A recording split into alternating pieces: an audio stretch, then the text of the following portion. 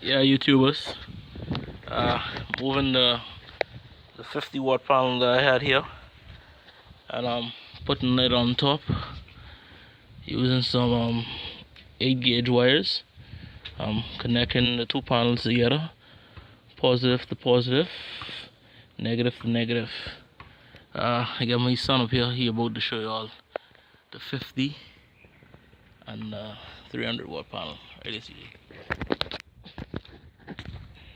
There's the 300-watt panel mounted down with hurricane clips just to hold them down from the wind blowing them.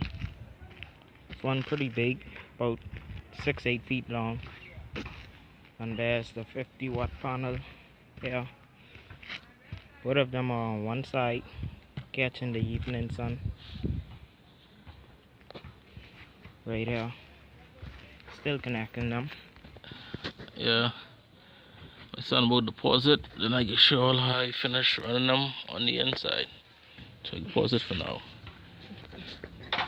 And it's also good to put the ring at the end of your wiring, so that avoid the water from getting into your house onto the system. So getting it together, just about there. I have all the red tape around the positive, and I'm using the blue tape on the negative field. Okay, fed the wire in.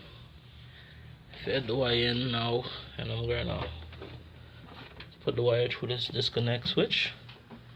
Disconnect, and then let it go into the charge controller. So just showing you all as I go. Okay, when building disconnect switch, all I did is actually cut the off and on regular light switch, the off and on, and connect it like this, and this will act as a disconnect for the time being. Disconnect the positive from the solar panels to the charge controller. So I'll keep updating y'all and keep recording as I go. Okay, YouTubers, everything's connect.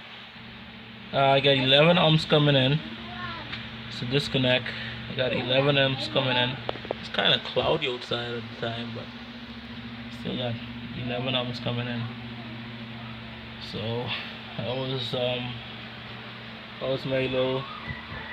What I did, I had the wrong gauge wires, so I added the 8-gauge wires onto the panels, and then take the panels down from the ladder and put it onto the roof. So that's using the off and on switch, light switch as my disconnect. Hope you all enjoyed this video, and thanks.